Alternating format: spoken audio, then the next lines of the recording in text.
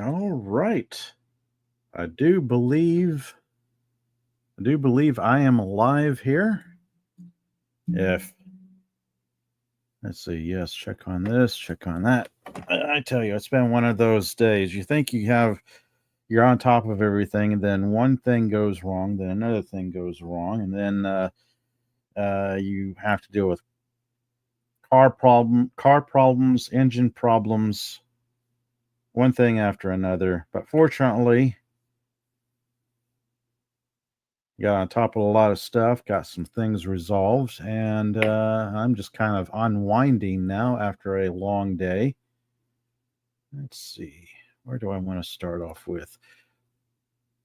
Yeah, nothing really planned for tonight. The last Monday night live stream of the year, so I thought maybe do a little review of some things I've covered throughout the year, but I may save that for a year in review after the first. I don't know what I'll be doing this week. The holidays are soon to be upon us once again, and I think it's going to be a crazy schedule for me. Let's see. Looking at stuff here I have in front of me, wondering what do I want to start off with first. Let's see. We can do some things here. As always, I want to thank you all for joining me tonight, whether live, lurking, or you catch me on a replay.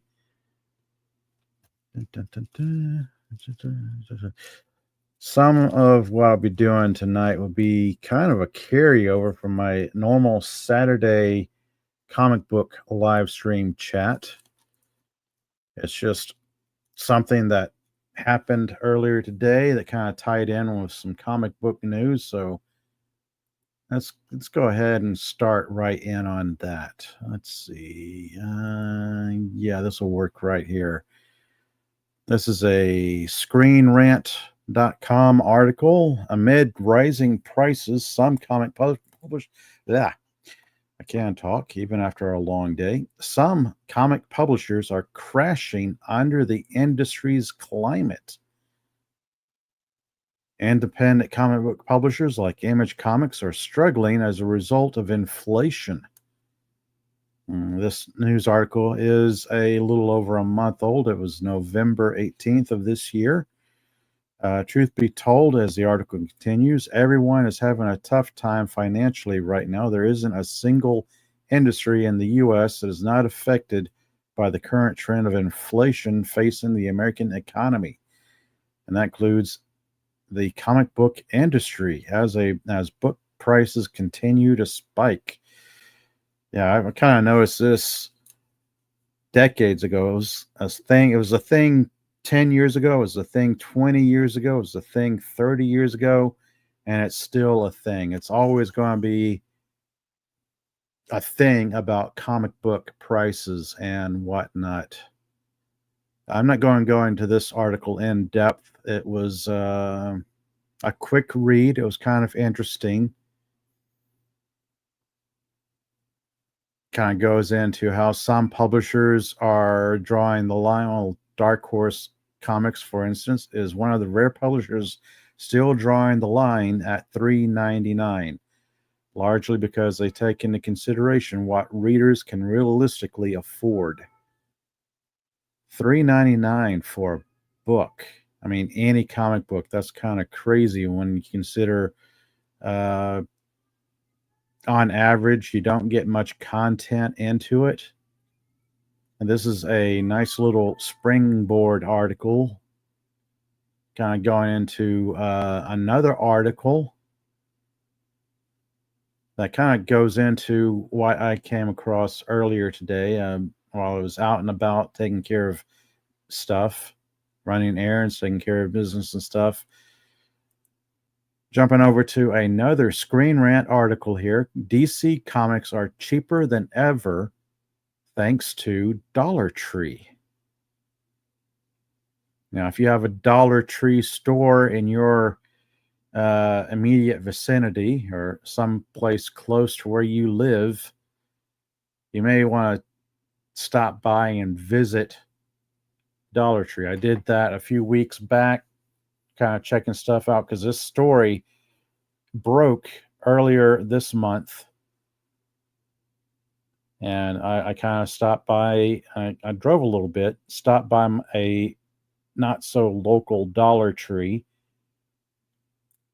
and they didn't have comic books. I was looking for comic books because this article and a few others said they would have cheap DC comics. When I visited them a few weeks back, it's like, nope, no comic books there. Stopped by out of curiosity today, and lo and behold, there is this strange little display stuffed with comic books. Let's see. As the article continues, DC Comics has found a way to make comic books more affordable with help from an unexpected partner and Dollar Tree.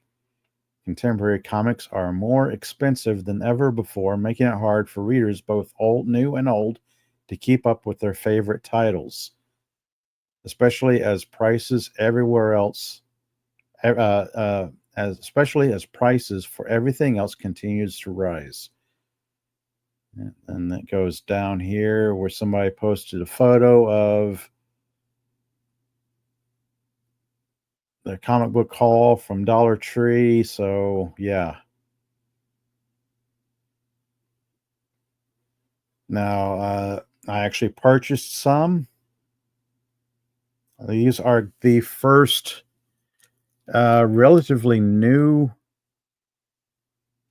DC comic books I've purchased in probably the better part of 20 years. I won't say they're the newest books I've published because I've published several independent comic books since then. But let's see. Yeah, I won't go into this article too much. The short of it is like it's really just a way DC Comics is unloading some of their back stock. I'm looking at bleedingcool.com now, also from the 6th of this month. Let's see. First issues of DC Comics are now on display at Dollar Tree locations across the U.S. For $1.25, you can get you one of 38 DC number ones.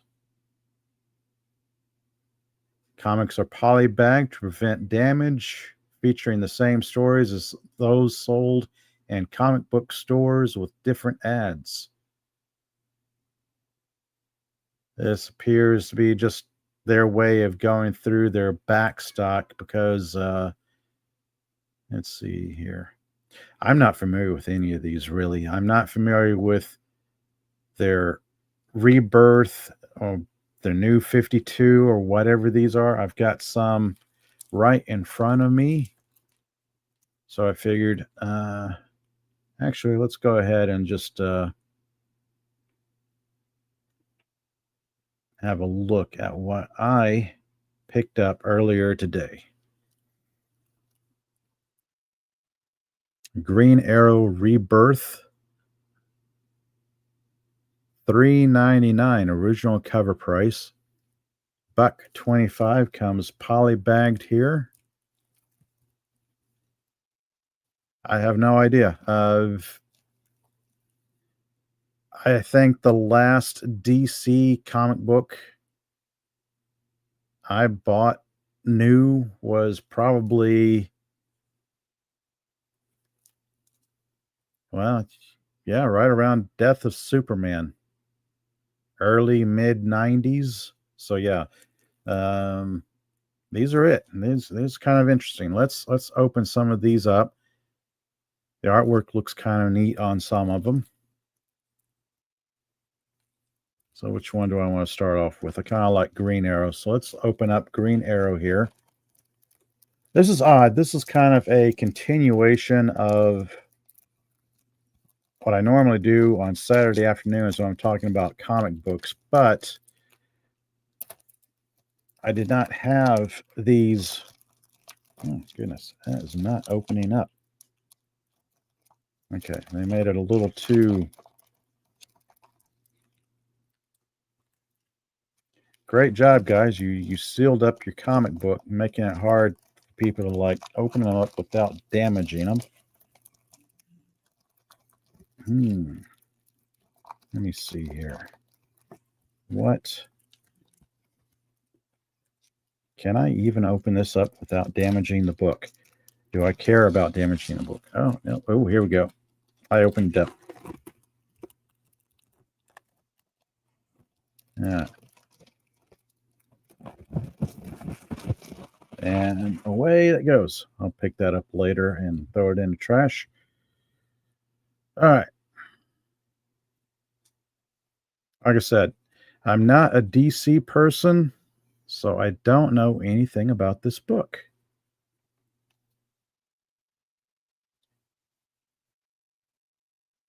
Yeah, so some of it I know, some of it I don't. Let's see. Story by Benjamin Percy. Let me get it underneath the camera more.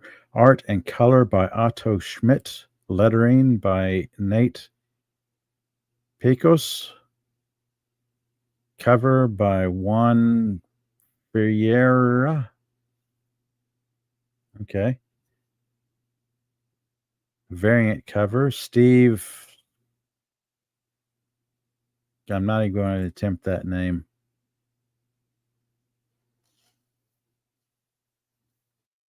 All right, so when was this book originally published? I'm trying to find.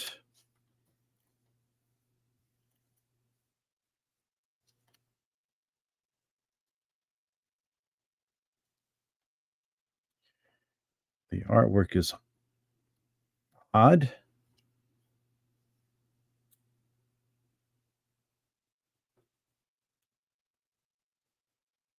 All right, Green Arrow Rebirth #1 2024 edition. Copyright 2016. So yeah.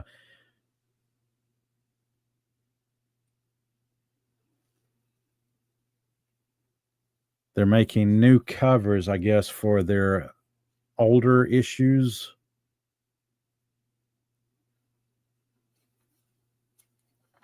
And just getting rid of a lot of backstock they have, which is kind of interesting.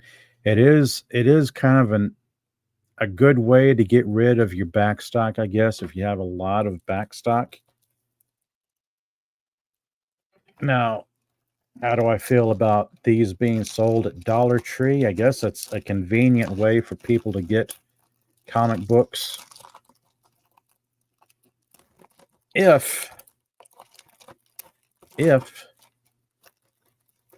you live in a town that does not have a local comic book store, because honestly, I would say go visit your local mom and pop comic book shop and go through their discount bins, buy some books from them, support a small business owner. But if you're like me and you're like off in the sticks or live out in the boondocks or whatever, and you don't have a comic book store within a reasonable distance driving wise, it's like, okay, dollar stores are all over the place. Dollar Trees, I guess, are still all over the place.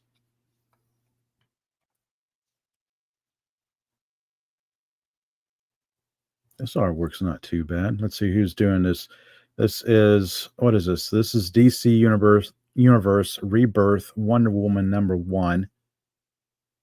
Don't know a thing about it. Have absolutely no idea what it's about, what the story is. Let's see. Looking at the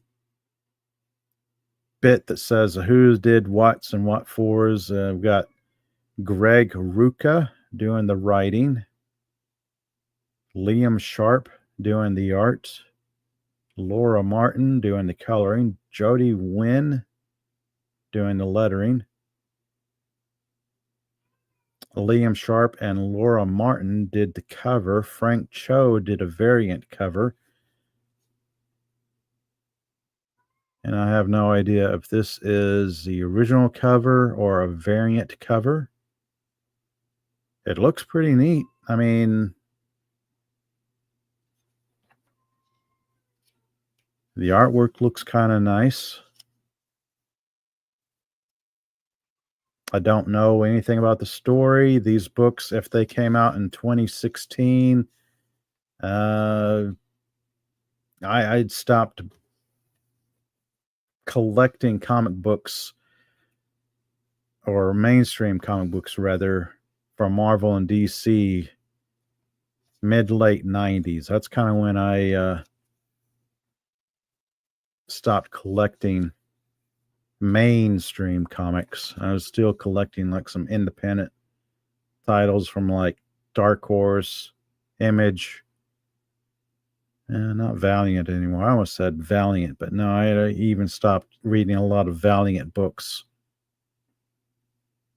Checking out the copyright. This is a 2024 edition. Originally published as Wonder Woman #1, 2016. Okay, so yeah, 2016. I'm thinking the New 52. This is Green Lantern Corps.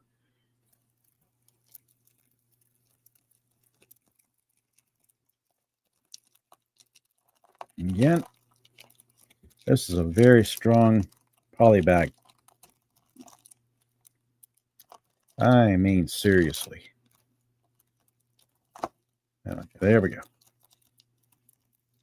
Open it up without damaging the book, because I know it's... Yeah, I don't consider these books valuable. I mean, if DC is going this route of unloading back stock, then it's like there's nothing really collectible about these books. I don't suppose. I don't know. I don't know anything about them. Except that it's a $3.99 cover price. They're all probably originally printed in 2016. Let me look at the back page because they're putting all that in the back. Green Lantern Corps #1, 2024 edition. Originally published as Green Lantern Corps #1, 2011. Okay, so this is a 13-year-old book that has been, I don't know, new cover perhaps. I have absolutely no idea.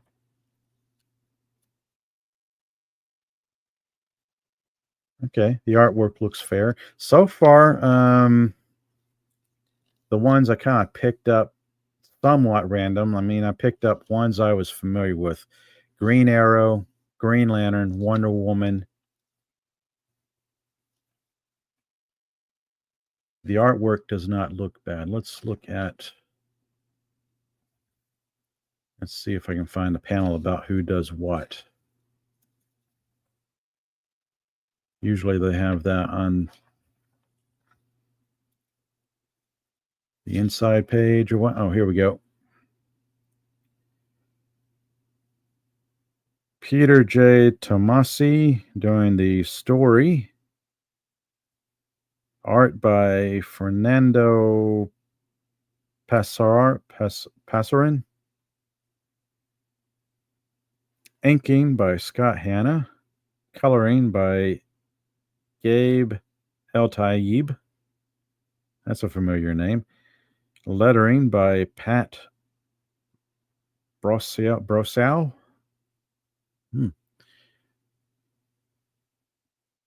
And then cover art by... This is some crazy font. Sometimes I get messed up on crazy names, but then this is font that I can't make out. It's Doug and something, and then Christian Alami with Randy Mayer doing the cover.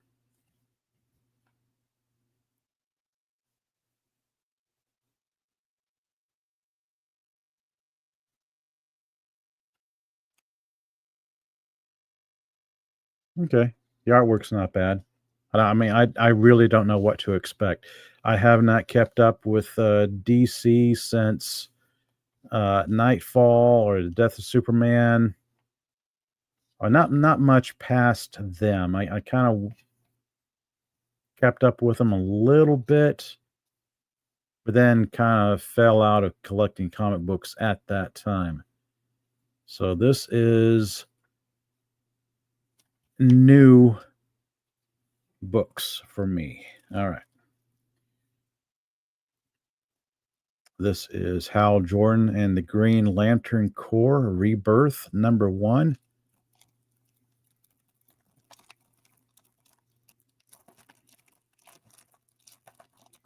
Yeah,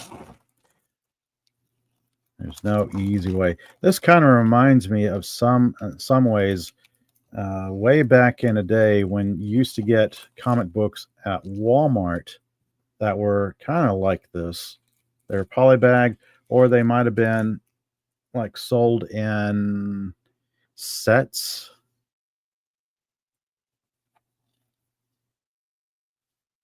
All right. This one, I knew what I was getting. I specifically looked for this one simply because I saw the name right here, Van Sciver.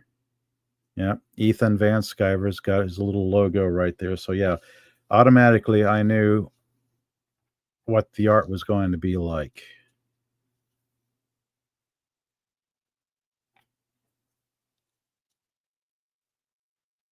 Don't know anything about the books. Don't know anything about what characters I'll have. Let's see who does what here. Writing. The writing chores are handled by Robert Vendetti. The art, of course, handled by Ethan Van Sciver. Coloring, Jason Wright. Lettering, Dave Sharp. Cover, Ethan Van Sciver. Variant cover, Carrie Noro.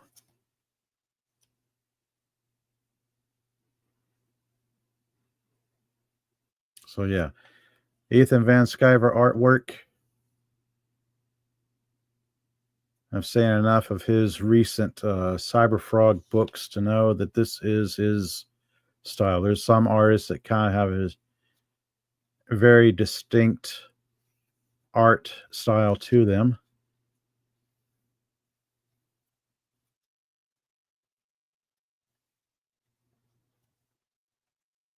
Looks pretty good. I don't know anything about these characters. I will probably or probably read these and then read up on the storylines. Let's see. Hal Jordan and Green Lantern Corps #1 2024 edition. Originally published as Hal Jordan and the Green Lantern Corps. Copyright very small print 2016. That's interesting. Now, I have not been able to find any information on if DC plans to do anything more than just releasing a bunch of #1s, because I'm looking at a list on my computer right here. It's like Batman and Robin #1, New 52 Batman #1, Batman Rebirth #1, Batman Eternal #1, Brave and the Bold #1, Joker War #1, Green Arrow #1, so on, so on, so on. A lot of #1s I'm looking at on the page here. Let me just go back, right here.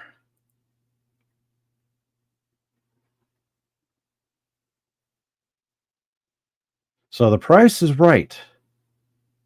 This is not bad. This is a good price, I believe, for these books. For someone like me who kind of ducked out of the comic book scene in the late '90s, and I'm kind of curious now uh, if they started releasing these runs or continuing them with like #2, #3, #4, so on, so on. At this price, I would be tempted to start buying and reading these books, just see what the stories were about.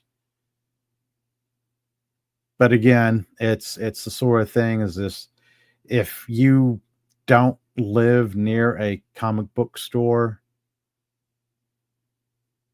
this would be a viable option, I suppose.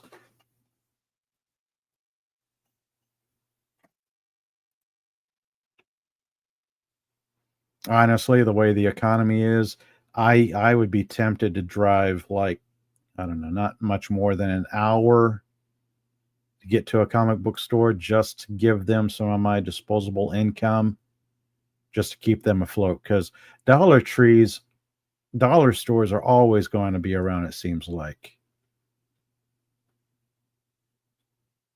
So I really don't know what the future for this is. It's interesting. It's could be neat. I mean, could we see this have a positive impact on the comic book industry? I have no idea. Or is it just another gimmick for DC to get rid of some of their back stock? Be interesting. Uh, some of these titles look fun. I don't know anything about the Rebirth. I don't know what that is. I don't know about New 52. I don't know. Interesting. Oh, in the chat, I see Lemon Pie. Hello there. Good evening. Yes, yes, good evening. As I'm doing a completely random live stream for tonight because I honestly have nothing planned. It's been one of those days. Thanks for stopping by and hanging out. Anybody wants to share if they've picked up any of these comic books at your local Dollar Tree store, let me know what you think about this. Is this a gimmick that DC is pulling just to get rid of some back issues, or is it a pretty good tactic to kind of spur some interest in older storylines? Because, like I said, some of these books were 2011, 2016. They're just reissues. Or I'm taking a wild guess and saying, again, I honestly don't know. I cannot tell. Are these the original books that they've just swapped out the covers on? I don't know. I really don't know. I'm looking at it and come to think of it, there's no advertising in here, which is kind of unusual.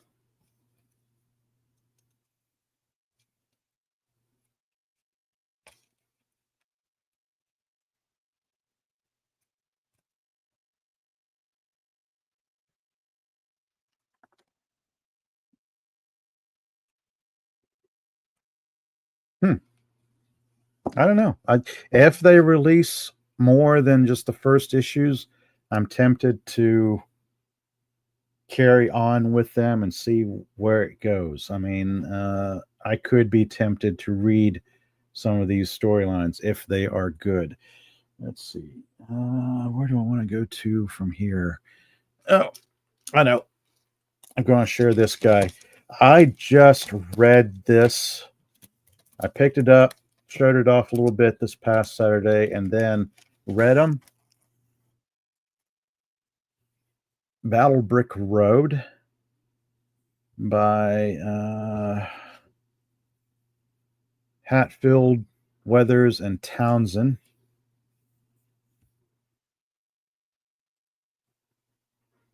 This was a fun book. This is a interesting and fun take on the Wizard of Oz.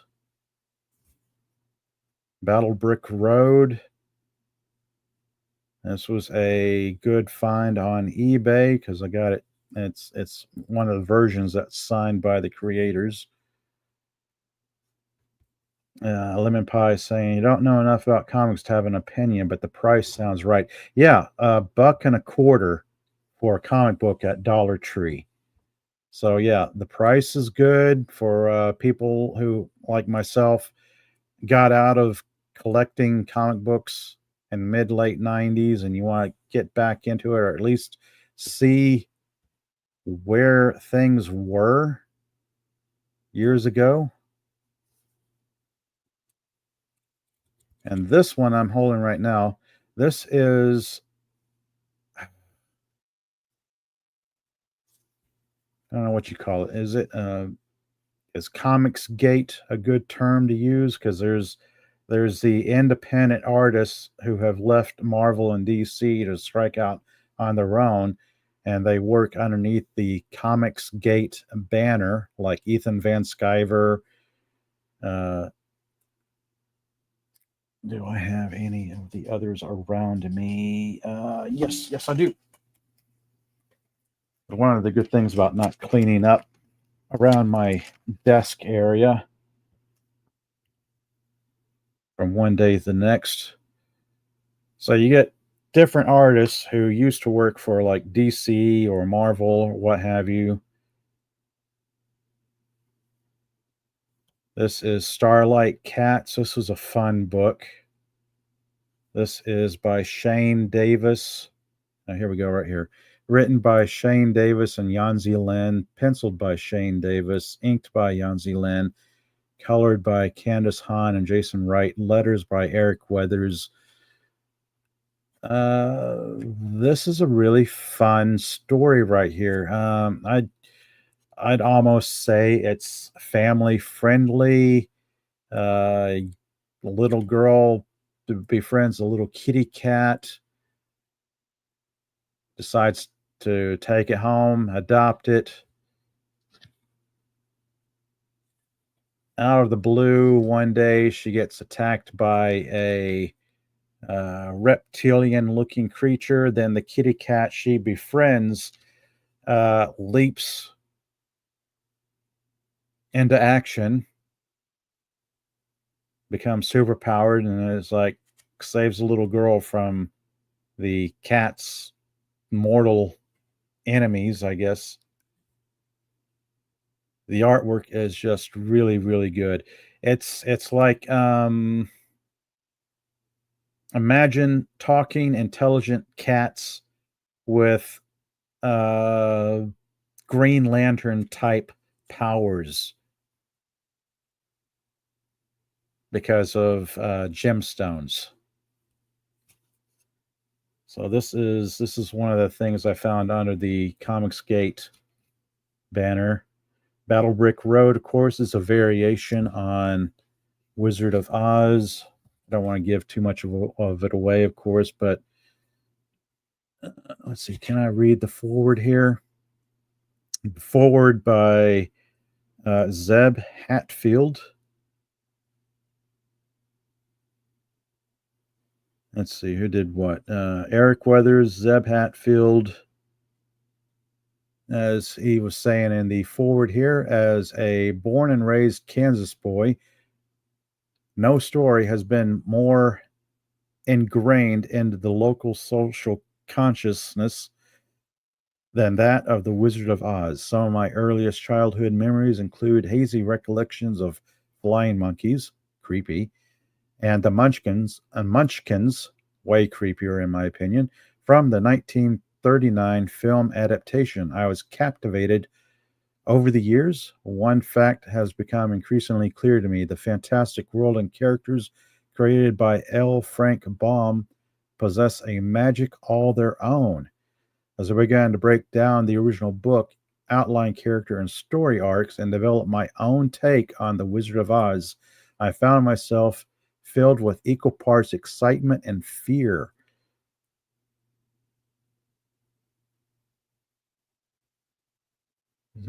I lost my. Our reimagined version of Baum's world needed to feel familiar while also bringing new and unexpected layers to the well known grooves of the Oz story. What ensued was a careful balancing act of trying to bring the reader a fresh take on a timeless tale while maintaining the heart of the original. This was fun. I read this in one night. It was a fun book. It ends on a cliffhanger and leaving you uh, wanting more because I'm already waiting for the next issue to be released. Let me share some of the artwork. It takes place in a apocalyptic type future where much of America is a dust bowl. Something happened, and much of the country is like just covered in dirt. It's like wiped out wasteland. You have the main character, Dorothy Gill, as kind of a military type. She has a flying drone named Toto, this spherical drone that kind of flies around protecting her, shooting at bad things and whatnot. So this was good artwork. She goes into the wasteland area of what's left of America, trying to find her long lost dad who like disappeared, I don't know, 20 years before.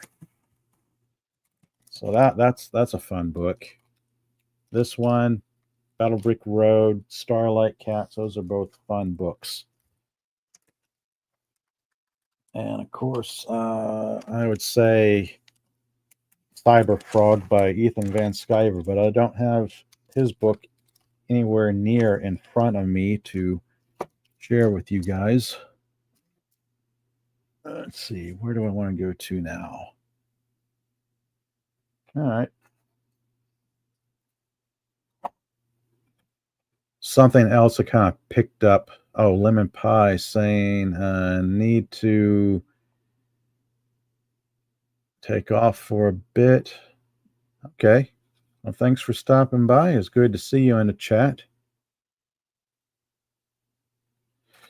Now, one of the things I was reading up about Dollar Tree was not only the DC comic books, but they had actually produced their another comic book called Final Faction, a comic book that unfortunately lasted only one issue, and a toy line associated with the comic book.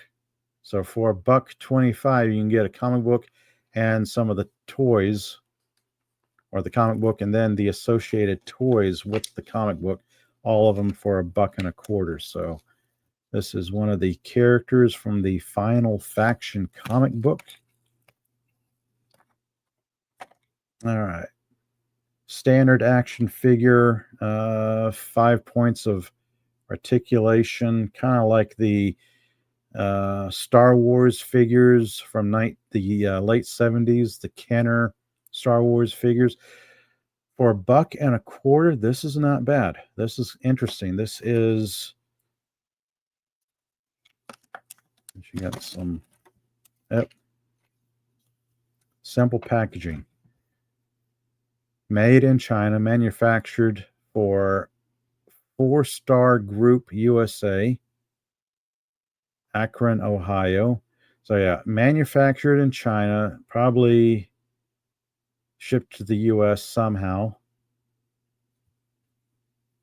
The figure, I mean, this is really interesting as far as toys go. To get this at a certain price point, character has the sword,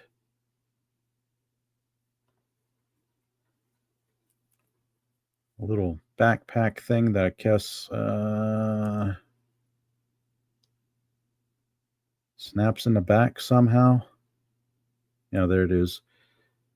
The character's hair kind of blocks how that's supposed to go. But anyway, you get the gist of it. Now, how cheaply is something produced where you can get a complete toy for $1.25? What is their price point? That's interesting. What's the economics behind this? Because I find that probably more interesting than anything else. To get this bagged or produced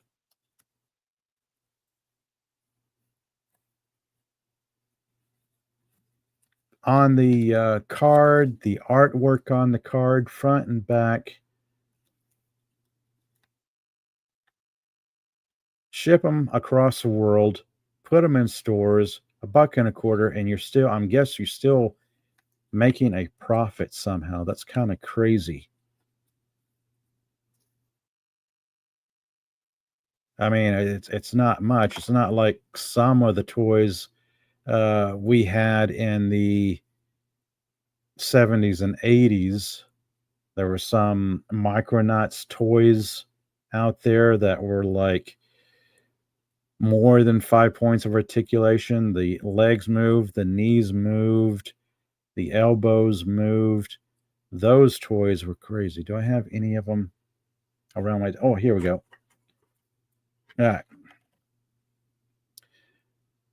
This particular toy was from the 70s or 80s. Die cast metal. Multiple points of articulation. The legs move, the knees bent, the feet swivel. The arms can move all over. The elbows move up and down.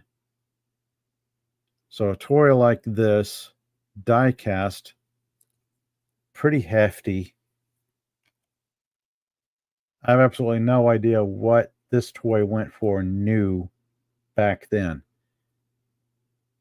It was probably way different from this toy made today in China for, I don't know, probably like 5 cents, 10 cents. And then the cardboard packaging, the artwork, that might be another 5 cents. So 10 cents, 5 cents, 15 cents. Production, shipping, and then putting in a retail outlet for $1.25.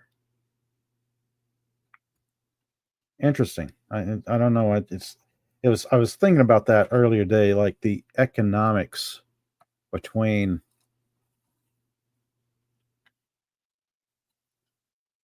toys you find in dollar stores, like where they come from, how are they marketed. This is another one of them.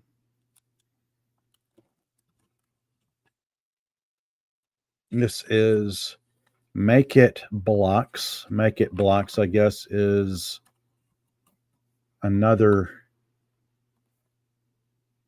toy line, probably similar to Legos, because you can't use the Legos name. You have to come up with something else and call it something else entirely.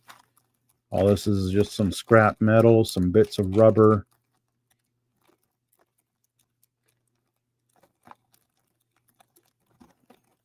A couple of tools in here to help you assemble it all, and it's supposed to turn into a little toy plane.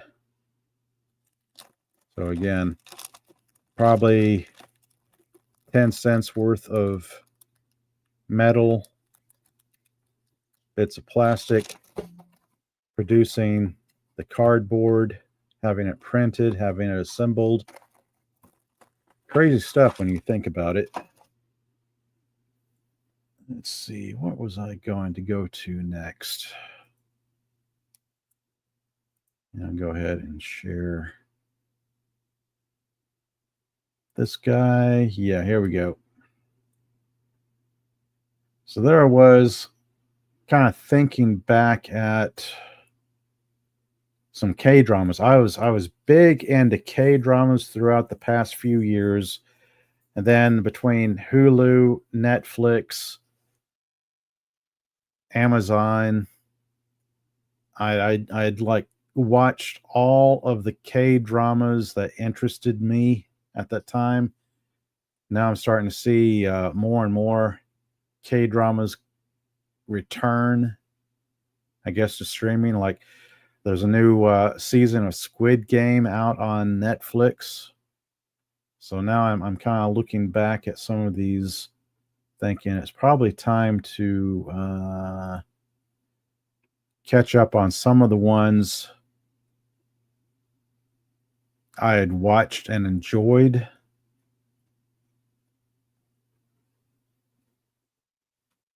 So I've kind of made like a little favorite K-drama list on a IMDb account.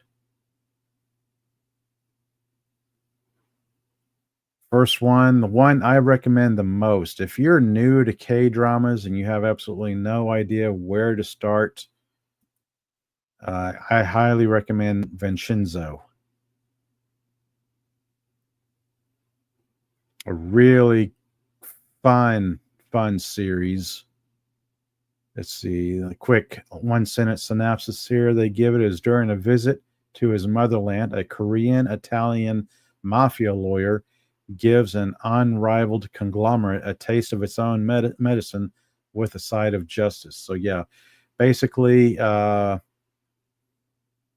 mafia lawyer visits his homeland in Korea and finds himself caught up in local gang and hoodlums and such. Great cast, great production value. I thoroughly enjoyed everything about this particular show.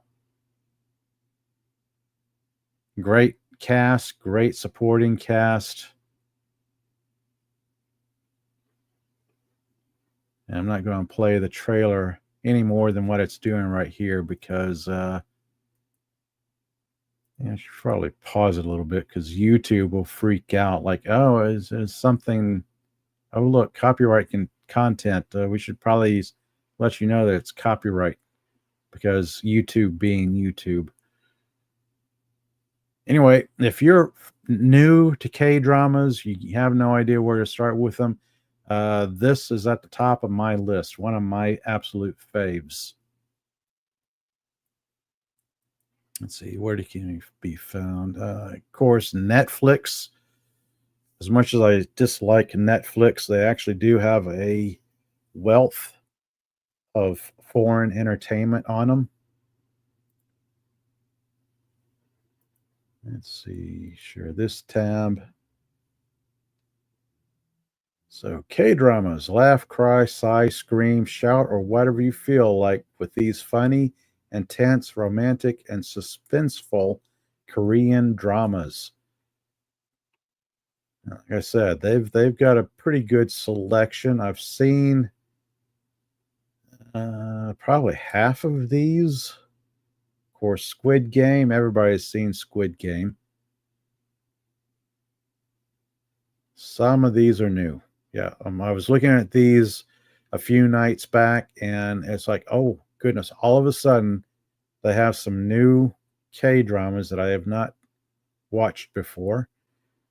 Let's see, there's K dramas under the heading K dramas for beginners. They have Vincenzo, Extraordinary Attorney Woo, Vagabond, Sisyphus. Let's see, what do they have here? Narco Saints wasn't bad. Under the Queen's Umbrella was pretty hysterical at points. Pretty good comedy. So you could not get into the uncanny counter. Let's see what else they list here. Let's see. The Silent Sea. That was an okay one.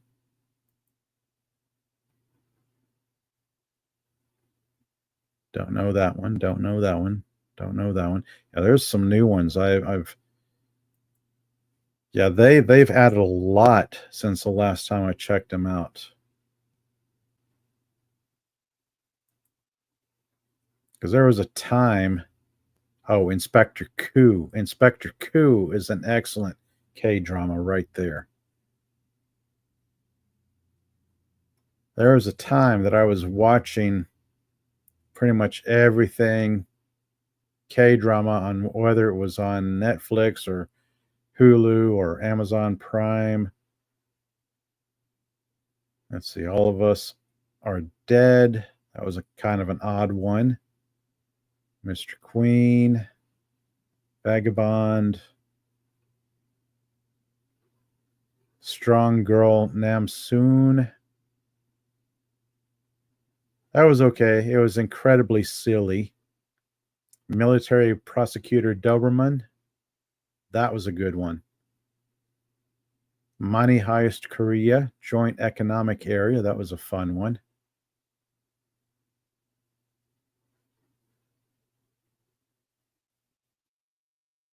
Let me see.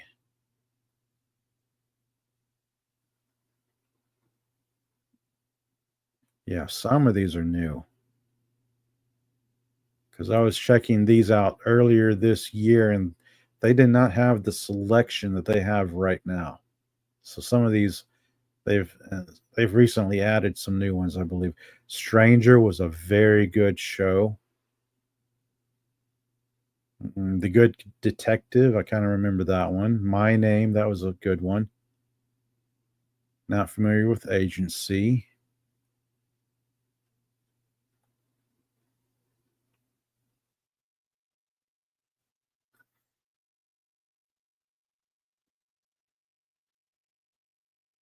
Anyway, let me hop over to my IMDb list and kind of recap my K drama listing.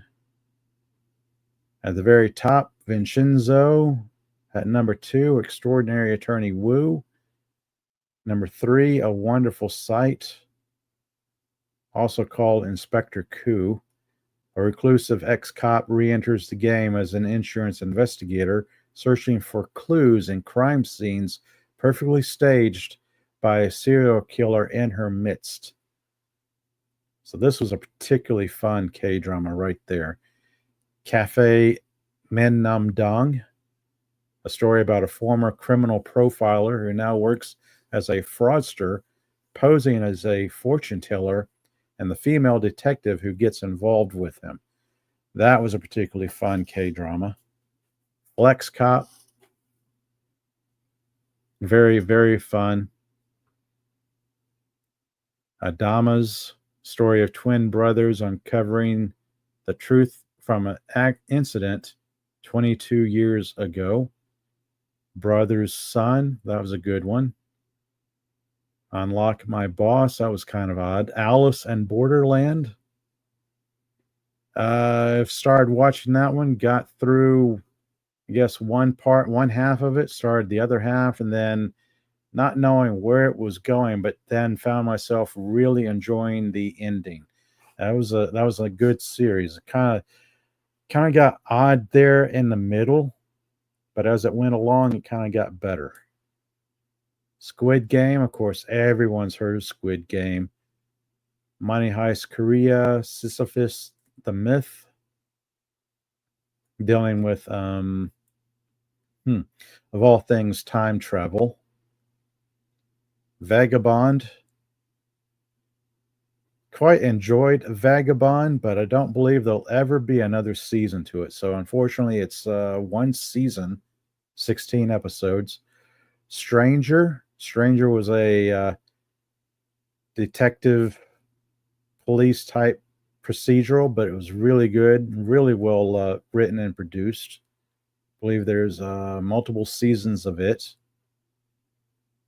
Signal, also another police detective type show.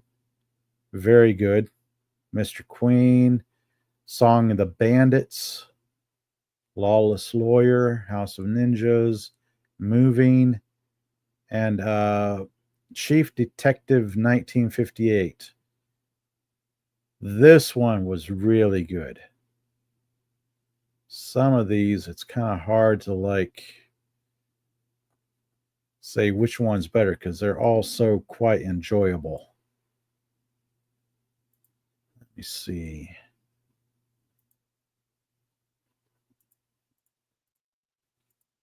As I go over stuff, Checking what time it is. Yeah, I believe I'm going to wrap things up for tonight. Just wanted to hop online, go on about some stuff, share some comic book finds from, of all places, Dollar Tree. If I had those books earlier, I would have saved that for a Saturday afternoon when I normally talk about comic books. But I was out and about earlier today, and there they were, and I just grabbed them. It's like, okay, I had $5 to spare. I just grabbed a few, saw what they were like, thought it was interesting. It'd be interesting to watch if DC continues that, because it could be a surprisingly good outlet for people who have gotten out of comic books. So yeah, that's kind of what I was rambling on about today. Is like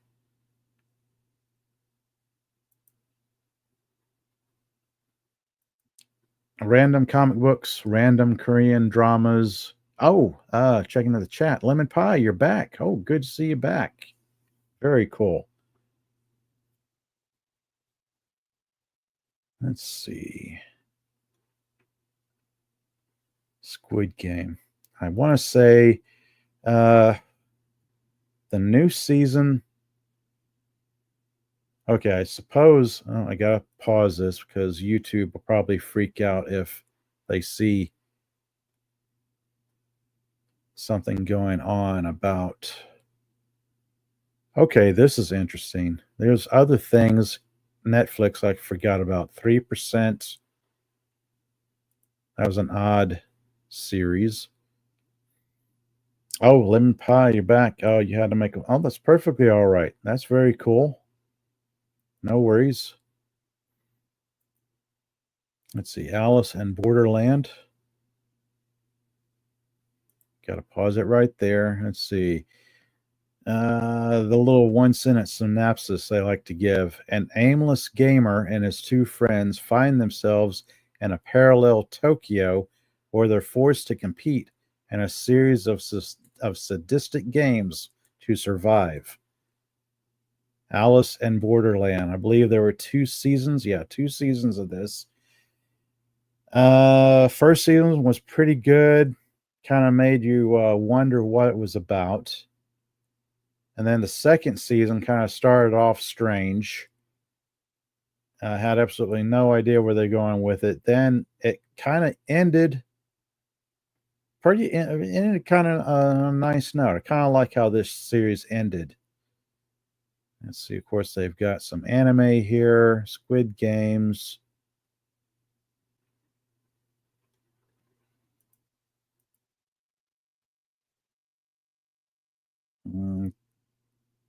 Godzilla, Kong, New Empire. Have absolutely no idea what that's about. I don't really keep up with Netflix that much, aside from the K dramas and maybe a few anime. But I believe I've checked out all of their anime that interested me at the time. More to explore. Let's see.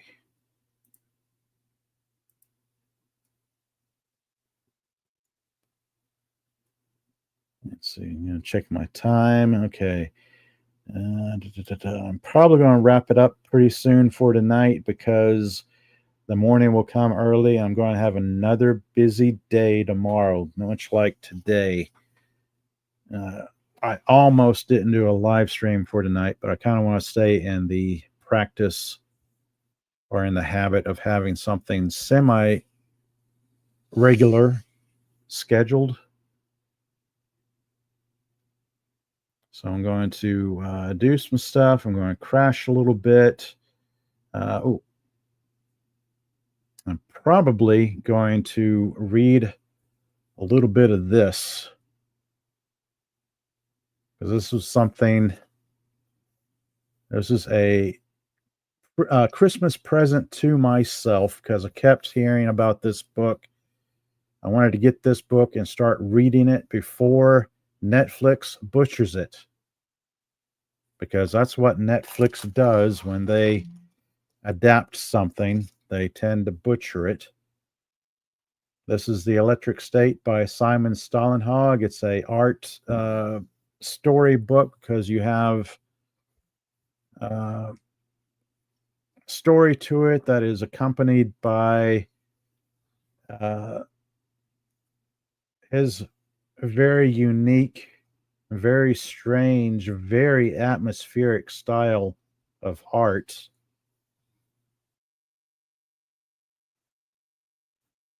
If you anybody who's ever seen the series Tales from the Loop, that show was loosely based on one of his art books. So yeah, I'm going to start reading this tonight or tomorrow and make my way through it before I check out the Netflix version. If I do, because I probably will end up skipping it. Anyway, the back of it, as it says, in late 1997, a young woman and her small yellow robot travel west through a strange American landscape where the ruins of gigantic battle drones litter the countryside, along with the discarded trash of a high-tech consumerist society addicted to a virtual reality system.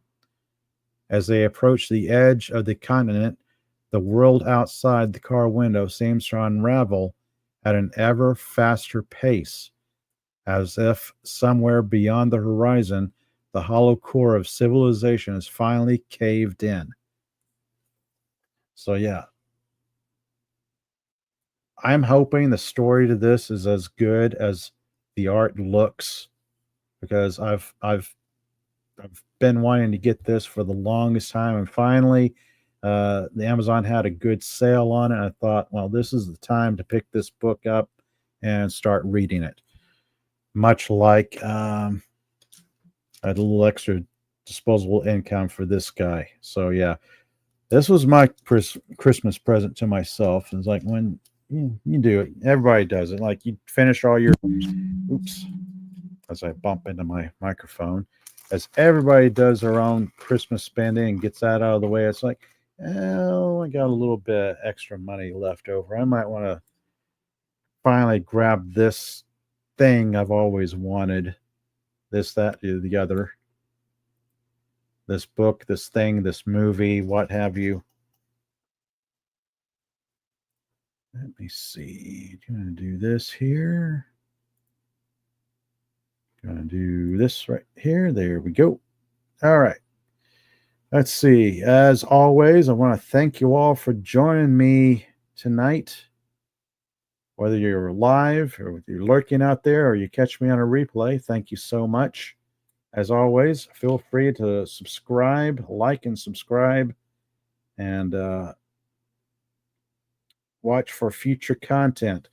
I keep thinking I will do more in the new year, but of course that always remains to be seen with my crazy schedule outside of YouTube. Let's see. Yeah. Oh, Lemon Pie saying, you really haven't bought yourself a gift in a long while. You're reminding me that I should do that. Yeah. Sometimes it's good. It's like when you get through your Christmas shopping for everybody else, it's okay to splurge on yourself every so often, if you can afford it. I'm not saying like going to credit card debt or anything, but yeah. And it's one thing when the economy is bad and whatnot, and you only got so much disposable income, and then Christmas is like spend. But yeah, if you got it, if you can find things at the right price, or you win the luck of the draw on an eBay auction and nobody bids against you and you get something at a good price, then yeah, that's a minor victory in its own right there. Let's see. Lemon Pie saying, have a good night. See you next time. Yep. Very cool. As always, thank you all so much for joining me, whether live, lurking, or on a replay. Until next time, everyone, have a great evening.